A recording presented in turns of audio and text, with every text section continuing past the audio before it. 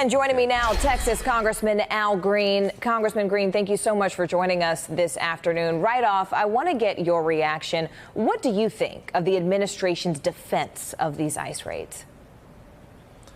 Thank you for having me, Ms. Radford. I'm pained by this. It's very painful because to see that baby, I'm told that she was approximately 11 years of age, complaining and beseeching us to release her father was a very painful thing to watch. And to make the excuse of persons committing violations that relate to Social Security numbers and identifications, and to say that, yes, there was a parent at home, we can always find reasons to justify these kinds of behaviors, but I don't believe that it's the right thing to do. There ought to be something that would say to the administration, you don't do this on the first day of school. You don't do this right after a tragedy such as that which occurred in El Paso, Texas, where a person went there to slaughter Latinos. There ought to be some sense of decency within the administration that would cause people to shy away from this kind of activity.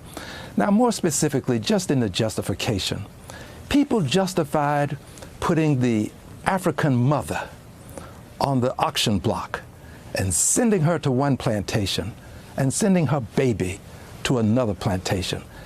This is not unusual to justify this kind of infringement upon humanity. I think that we have to examine our moral standards that this president is destroying and reinstitute them. I think that it's time for us to step back and examine what we're doing, because the world is watching, Ms. Radford, and I don't think the world appreciates what we're doing. The world is watching, and I think as you're describing it, it seems like people are triaging the legal issue and the moral issue while we know that people are hurting. Interestingly, Senator Kamala Harris had some really powerful words while describing the impact of these raids earlier with my colleague Chuck Todd. Let's take a listen.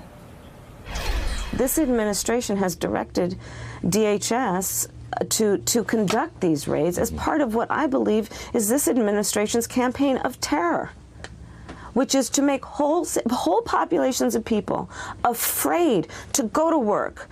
Children are afraid to go to school for fear that when they come home, their parents won't be there. Campaign of terror. Congressman, do you agree with Senator Harris? I absolutely do. I think she is eminently correct.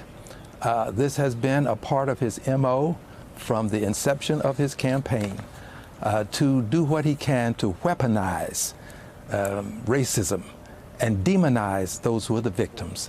This is something that he has done successfully because he was elected doing this. And my hope is that we will understand that the president is a beneficial bigot. This is a term that I've coined, a beneficial bigot, because he benefits those who will be meeting soon to donate hundreds of thousands of dollars to his campaign. He has benefited the clergy, which is supposed to be the backbone and cornerstone of decency, by giving them the judges that they want. He has benefited the rich and the powerful by giving them the tax cut that they want.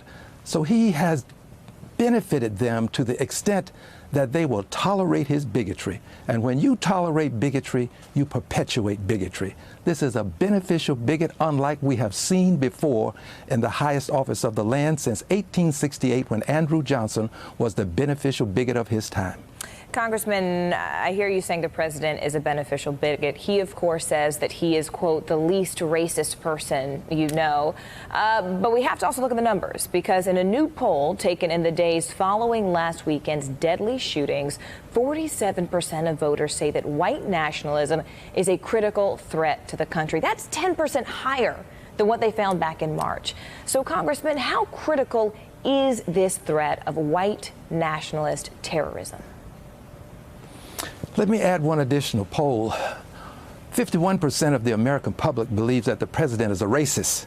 51%. That's in this country.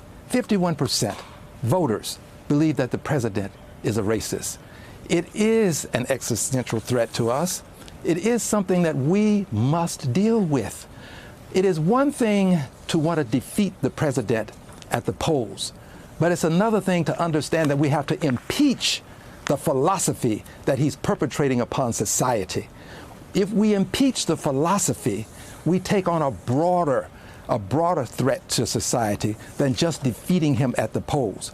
And the way to impeach that philosophy, ma'am, is to impeach this president. If he is not defeated in the Senate, he will still run as an impeached president, and there'll be a good many people who won't want to hold fundraisers with him. A good many people who won't want to be in his company, because he will become persona non grata to a good many of these wealthy people who are benefiting from his bigotry.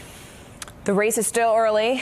We have our eyes on it, and these are certainly unprecedented times. Congressman Al Green of Texas, thank you so much for your time. Thank you.